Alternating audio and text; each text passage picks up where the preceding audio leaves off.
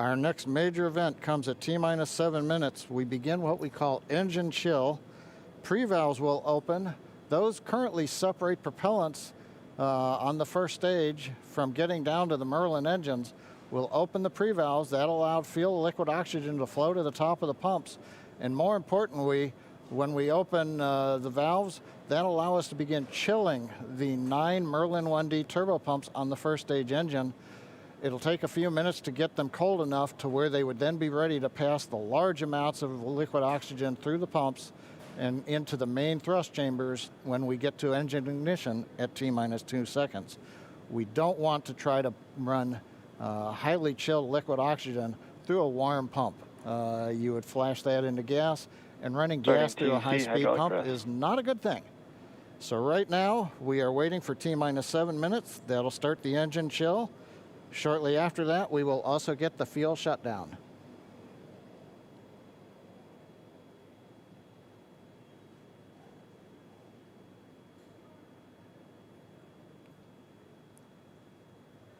Listening to the SpaceX launch director in the background there. As I mentioned, at T-minus 7 minutes as we start the chill, we will also get into the final topping off of stage 1 fuel, and then the fuel load will complete.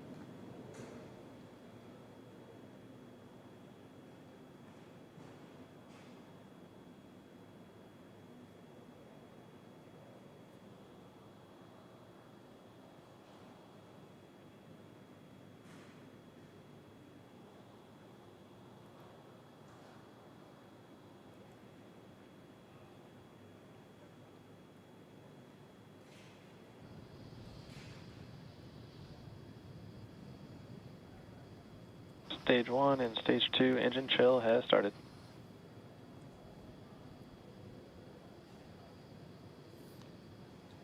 We've heard the call out. Stage 1 engine chill has started. That's gone up to the crew so that they've got situational awareness.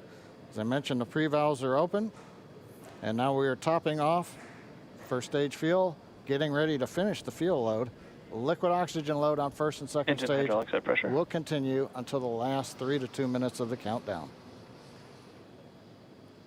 We should hear that call out RP1 load complete coming up in about 6 minutes. Again, RP1 is just that densified kerosene or that rocket fuel that Falcon 9 is going to be used to power Bob and Doug to orbit today.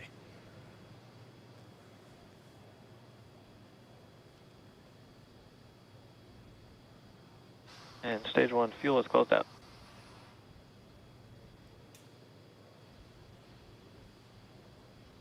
Right on time. That call out indicates that the fuel loading on the first stage is complete. Draining back the lines now, so first stage and second stage fuel are complete.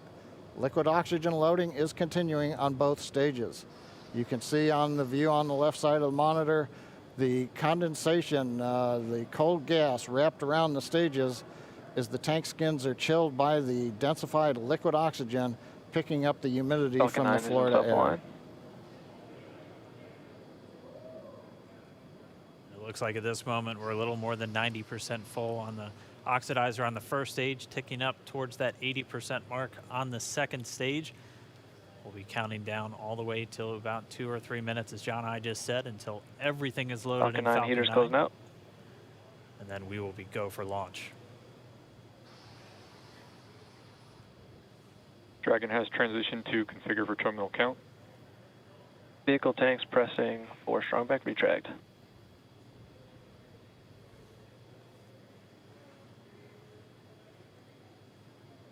We're pressurizing the Falcon 9 tanks. We're going to open the clamp arm around the second stage and begin to retract the strongback. We'll move back about 2 degrees. That'll get us to the liftoff position. At liftoff, the strongback will then recline about 45 degrees away. Started. Stage 2 RP1 bleed. Launch director called out the strongback retract has started. On the left, you'll see it go back just a couple of degrees. Stage 1 RP1 bleed.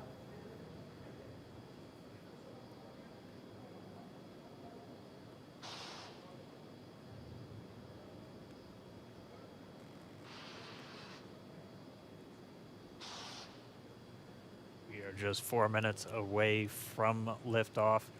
Again, at this moment, Bob and Doug are really just laser focused on those displays.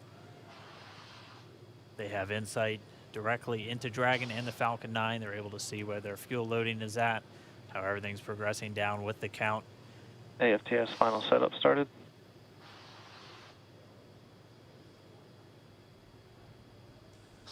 Three and a half minutes from launch. And the Strongback is now reclining away from the Falcon 9.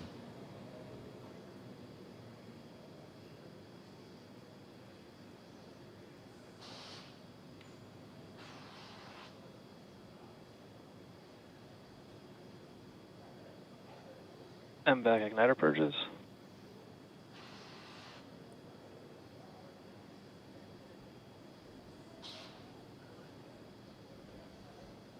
Pogo bleed. Dragon has transitioned to terminal count and is on internal power. Stage 1, LOX load closed out. Okay, we're at T-minus 2 minutes, 42 seconds.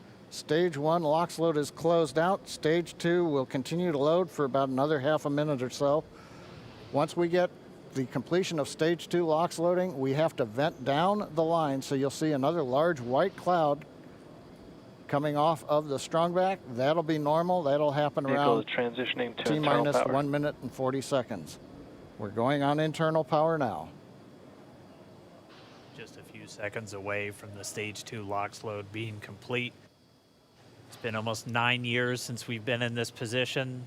A lot of work done by thousands of people to get to this point. All our eyes focused on 2 now.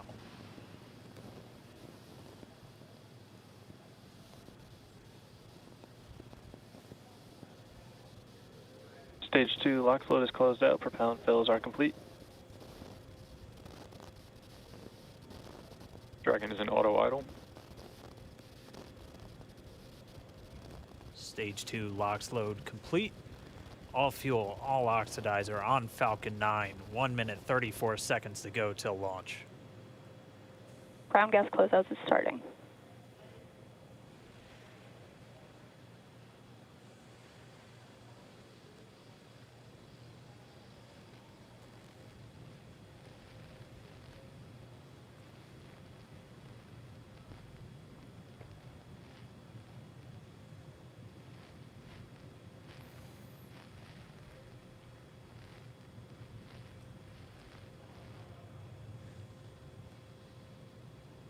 Falcon 9 is in startup.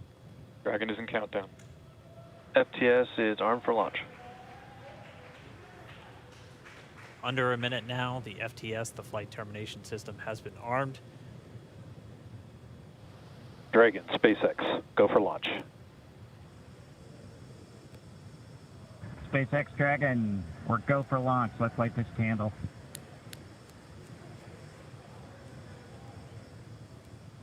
T-minus 30 seconds.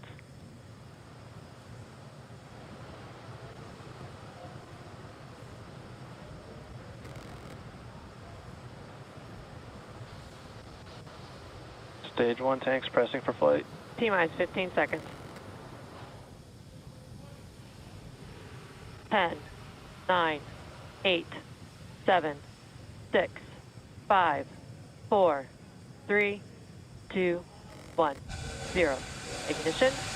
Liftoff of the Falcon 9 and Crew Dragon. Go NASA, go SpaceX, Godspeed, Bob and Doug.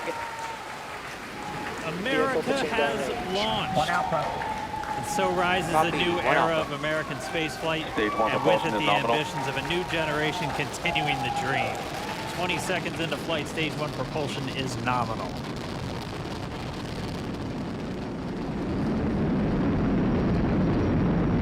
T plus 30 seconds into this historic mission. Flying crew on board Dragon and Falcon 9, and look at them go. Falcon power telemetry nominal. M1D throttle down. We're throttling down to get ready for the period of maximum dynamic pressure. We're in the throttle bucket. Reports say all systems are go. Vehicle is supersonic. We've exceeded Mach 1 on the Falcon 9. M1D throttle up. We're throttling Max Q. back up to full power as we're through Bravo. Max Q. Copy, 1 Bravo.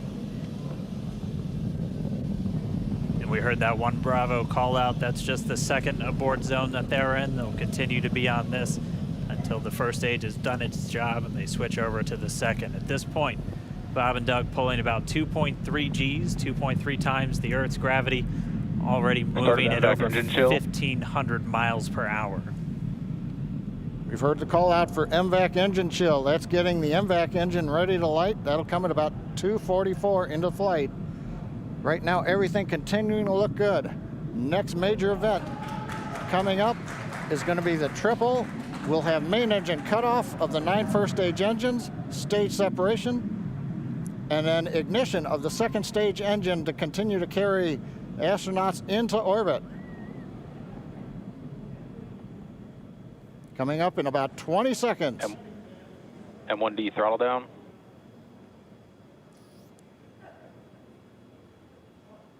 We heard we're throttling down the Merlin engines on the first stage.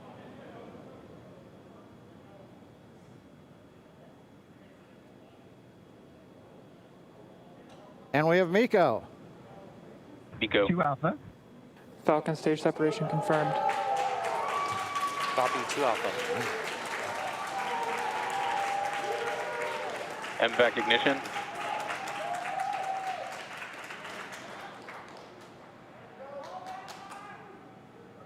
All right, we have stage separation confirmed. The first stage beginning its flight back. The second stage being powered by that single Merlin 1D vacuum engine has ignited and is now carrying Bob and Doug into orbit.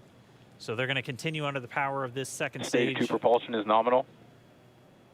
which will cut off at SECO, or second engine cutoff, at about 8 minutes and 44 seconds into today's flight. So a little over 5 minutes to go still on this second stage. You heard the call out to Alpha, so they're now in the longest abort zone that carries them all the way from about North Carolina up the eastern seaboard, almost to Canada.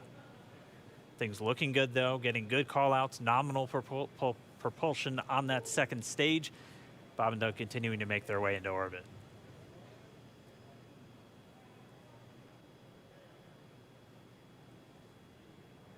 Dragon SpaceX nominal trajectory.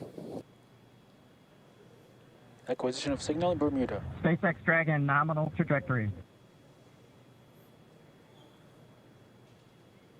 All right, hearing nominal trajectory, so Dragon pointed in the right direction, continuing to make their flight uphill. Heard acquisition of signal Bermuda. That's one of the other ground stations that they're using to get telemetry and data back from this spacecraft. Stage 2 propulsion is still nominal.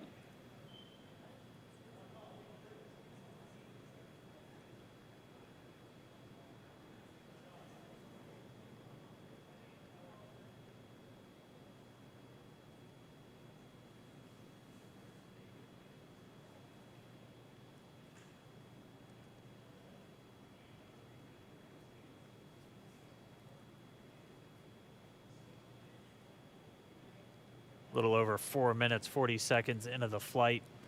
Bob and Doug flying at more than 5,600 miles Dragon per hour. SpaceX nominal trajectory.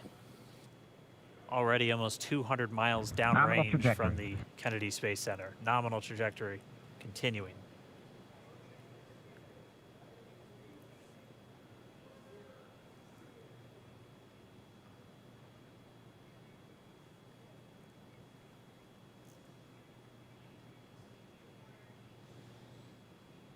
And while they continue uphill, looks like we are getting a view of the first stage as well. Yep, on your right screen, you can see that first stage with the grid fins deployed. It's making its way back to attempt to land on our drone ship, Of Course, I Still Love You Today. And we're just about a couple minutes away from the entry burn, and that's where 3 of the 9 Merlin engines do ignite to help slow the vehicle down as it re-enters back into the Earth's atmosphere. And then after the entry burn will be the landing burn, which is just a single engine Dragon burn. SpaceX nominal trajectory. And you heard Nominal Starting trajectory. chill for entry burn. there's that call out. They are still on a nominal trajectory on Dragon. still on second stage, and that's that MVAC engine on second stage on your left screen.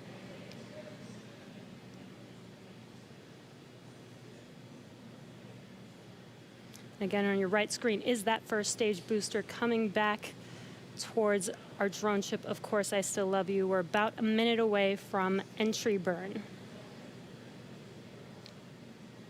Meanwhile, that second stage continuing to power Dragon into orbit.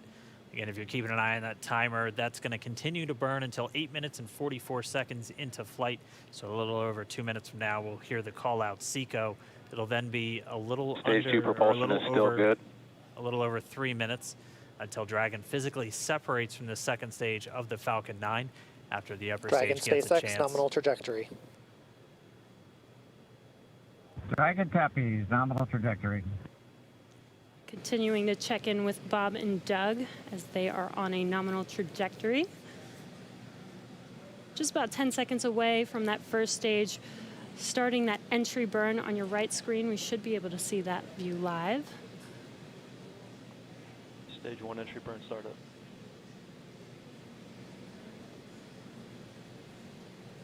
And there is that entry burn Acquisition of signal, beginning. New Hampshire. This burn lasts about 36 seconds long. Stage 2 FTS is saved.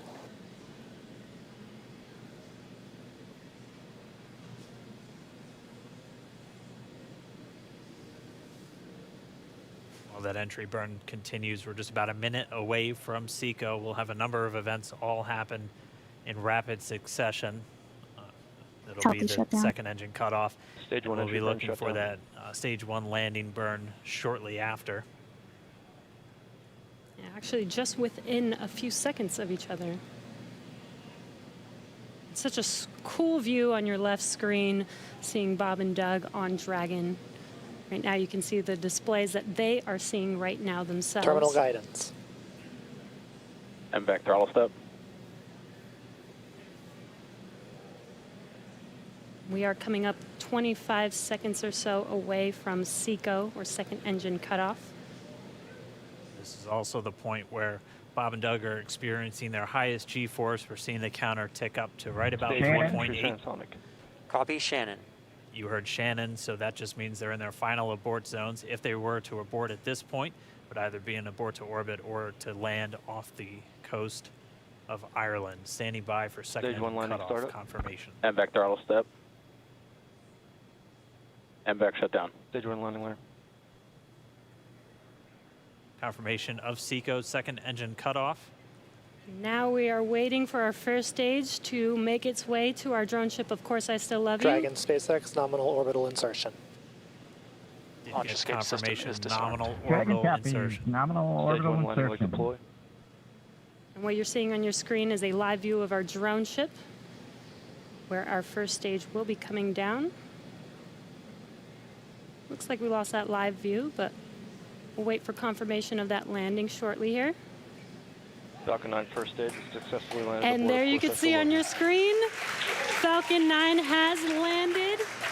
This is the first Falcon 9 to carry Acquisition of signal, humans to Newfoundland. orbit, so very exciting for us. And as you can see on your right screen, Bob and Doug are still making their way to their targeted orbit. M1D to recovery 1. So exciting today. M1D. It doesn't stop. It does not stop. All right, we did hear again that call out, good orbital insertion, so that means Falcon 9 and Dragon right now exactly where they're supposed to be. M1D to FRC on recovery 1. And it's right at about 12 This minutes is FRC. when Can you Dragon will switch over to separate. ECF9? Looks like we saw a 0G indicator floating around there. I know Bob and Doug owe us a little bit about what exactly that is that they brought up with them.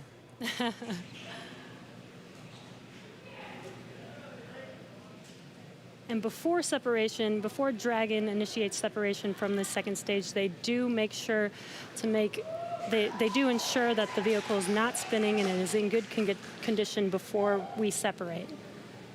That's right, the upper stage does small attitude maneuver using some cold gas thrusters built into the rocket body itself. Exactly. So we do expect that separation to occur in about a minute from now, but they do wait until they have full confirmation that it is ready to separate. Such cool views. I cannot get over this view that we are seeing right now. Bob and Doug on the right screen, inside of Crew Dragon, out in space. Yeah, already 200 kilometers over planet Earth, or a little over 124 miles, traveling in excess of 27,000 meters per second, or about 16,000 miles per hour.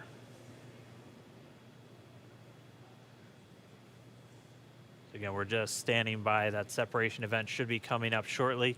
Then they'll begin a series of checks on the Draco thrusters that are going to be used to maneuver and then power Dragon on its flight to the International Space Station. Standing by for separation. Expected loss of signal, Wallows. It sounds like we had an expected LOS loss of signal with one of the ground stations.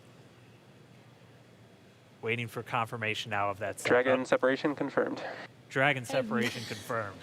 There is a great view right in front of you Countdown of one, Dragon separating. Separation confirmed. And there's that call out.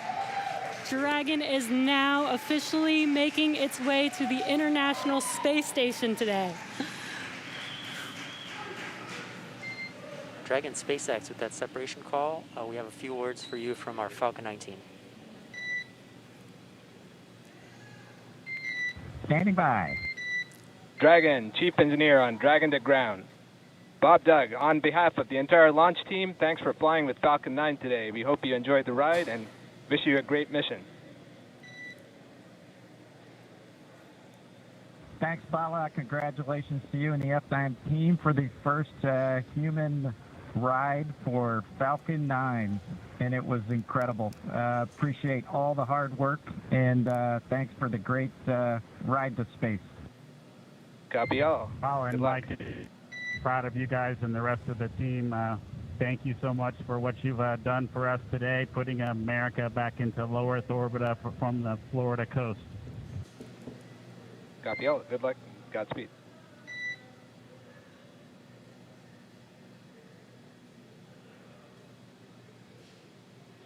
All right, so Bob and Doug are in And Dragon space. SpaceX, we confirm nominal ECLS activation and service section Draco checkouts. Nose cone deploys in progress. Copy all. We're monitoring. The Corps here in Hawthorne giving the crew a heads up that we have confirmation the nose cone is deploying. So again, that nose cone is going to open up a little bit more than 90 degrees, goes up to about, I think, 105 degrees, and that's going to expose the actual docking ring and the hatch that they're going to be going through once they attach to the International Space Station, and also 4 of those Draco thrusters, we call them the forward bulkhead thrusters, that are going to be used for these major phase burns or firings of those thrusters to actually raise their orbit gradually over the coming hours. Also heard good activation of the ECLS, that's the Environmental Control and Life Support System. That's everything controlling their atmosphere, just keeping Dragon a nice, safe, habitable environment where they're going to be living for the next 19 hours until they arrive at the space station.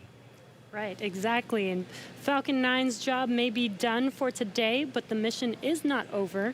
Crew Dragon's job is not done. As you can see, Bob and Doug are still inside Crew Dragon, making their way. It will be a 19-hour trip to the International Space Station before they dock tomorrow morning.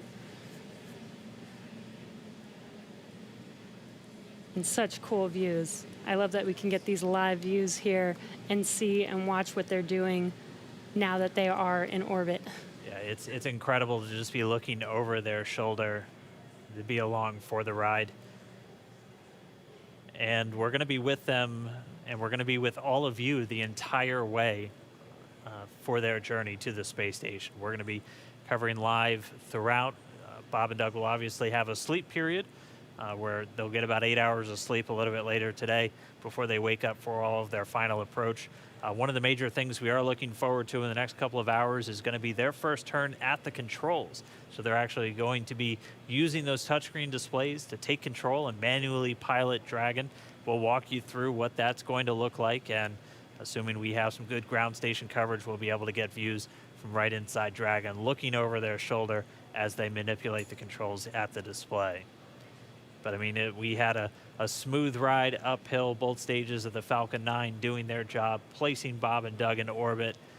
I mean, this is a day, this is a historical day. This is us kicking off that new era of space flight that we've all been talking about and longing for since the Space Shuttle program came to an end in 2011.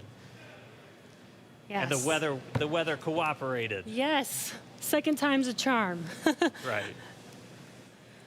All right, so day for the history books. As you can see, we have lost some live signal there, but the mission still continues, and we're going to send it over to KSC to continue broadcasting live with you guys. loss of signal in Newfoundland. Yeah, Jesse and Dan, we are just in awe over here. When I woke up this morning and looked at the weather forecast, I was like, man, we're going to be back here on Sunday, but we did it. The room cleared out. Everybody was outside watching, and inside the lights were shaking, the cameras were shaking. Lauren came back in with tears in her eyes. This is really amazing. I can't believe it. I saw it with my own eyes. This is, I'm a little bit speechless. Just so grateful that we got them up there, and there's a lot more to go. But I'm so happy they're safe right now. I'm just so happy. Yeah. Leland, you were talking about it. It's amazing what we can do when we work together. Yes, American astronauts on an American rocket from American soil, showing you what Americans can do when we come together as a team and blast Doug and Bob off to the cosmos. This is what it's all about, and their families and everyone is working together to take them up to space safely. So I don't know what to say. That rocket fuel is still in my veins, and I want to go get on the rocket. Well, it's too late now. Maybe the next one. I know. But we want to go over to Daryl at OSB2. He's there with the administrator, who hopefully has more words than we do, because we're still kind of speechless. Daryl? Pretty incredible here, Marie, at the Operations Support Building, where a chorus of applause has been happening from the beginning of launch and throughout the various stages. Some very special guests were here to watch it. That includes President Donald Trump, Vice President Mike Pence, and NASA Administrator Jim Bridenstine, who joins me now. And you were with the President and the Vice President. America's back, launching human astronauts again. Tell me how you feel about that, and tell me about the President watching launch and what happened there. So this has been a long time coming. It's been 9 years since we've launched American astronauts on American rockets from American soil, and now it's done. We have done it. It's been way too long. I want to give a lot of credit to Charlie Bolden. He was my predecessor as the NASA administrator. He fought hard for this program at a time when it didn't get any support in Congress. We now have an administration that is fully supportive of our spaceflight initiatives, not just on the exploration, discovery, going to the moon, onto Mars, but also from a Space Force perspective. Our budgets are going up, things are strong, and today was just just an amazing day. You know, one of the things the President did right out of the gate when he became President is he created what's called the National Space Council, and he put the Vice President as chairman of the National Space Council. And on that National Space Council, you've got the Secretary of Defense and the Secretary of State and the Secretary of Commerce, the Secretary of Transportation, the Secretary of Education, the Chairman of the Joint Chiefs, all of these different amazing individuals that deal with space day in and day out. A lot of people don't realize how many parts of the federal government deal with space. And the Vice President invited those members of the National Space Council here as well. So we just had, and then we had members of Congress, bipartisan members of Congress, Republicans and Democrats, who have been involved in supporting this program you know, for a long time now. So I'll just tell you, I'm breathing a sigh of relief. But I will also tell you, I am not going to celebrate until Bob and Doug are home safely. Tomorrow, they're going to dock to the International Space Station. Tonight, I'm heading to Houston to be at the Johnson Space Center when that happens. So it's a bit of a relief. The nose cone is now open. It's now deployed, which means that you know, now we're going to go into some burns. We're going to have some phasing burns. We're going to have some you know, boosting burns, and we're going to get as much as we can in alignment with the International Space Station as early as possible here. But also, I know it's hard, but you know, the big thing that we need to do now is we got to get Bob and Doug, who have now gone through this exercise twice. They need to get some rest. But I can guarantee you there will be no rest for a good amount of time while they're up there in orbit. And they are certainly on their way, and a lot of people joining us for this entire celebration and watching it. We just heard 10 million people watching live as this launch happened, and President Donald Trump becoming the third sitting president to watch a launch live from the Kennedy Space Center. The first. To be clear, I think he's the only sitting president to watch American astronauts launch on a brand new rocket that has never launched before, and that's a big risk. You know, he also said we're going to go to the moon by 2024. That means he's putting himself at risk to say, look, I'm going to be accountable, potentially, I'm going to be accountable to the initiatives that I put forward. And I think we have not had that kind of leadership for space in a very, very long time, and we're so grateful for it. What was it like watching the launch with the president? How did he react? Oh, I'll tell you, it's obviously something that is near and dear to him. He said it a year and a half ago. He put it in the State of the Union speech. He said, we're going to launch American astronauts on American rockets from American soil. And of course, I was like, in my head, I'm thinking, we better get after this.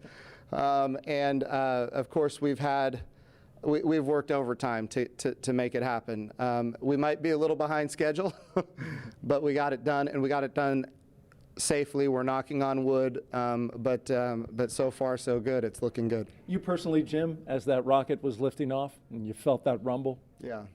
What'd you feel? What'd you experience? Well, I was praying. I'm not going to lie to you. I was praying. I was praying for Bob and Doug. I was praying for their families.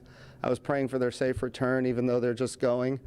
But man, I'll tell you, it was, I've heard that rumble before, but it's a whole different feeling when you've got your own team on that rocket, and they are our team. They are America's team.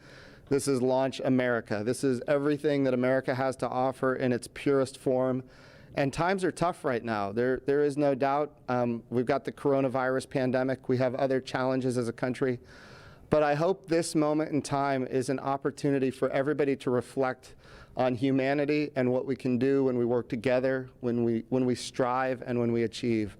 And if this can inspire a young child to become the next Elon Musk or the next Jeff Bezos or the next Sir Richard Branson, then that's what this is all about. Or the next Jim Bridenstine. Yeah. Well, I wouldn't put me in that category, but. Well, we appreciate your leadership for the space agency at this time, and congratulations on an amazing day in the launch. Thank you. It's been a great ride. All right, very good. Marie, we'll send it back to you in the studio.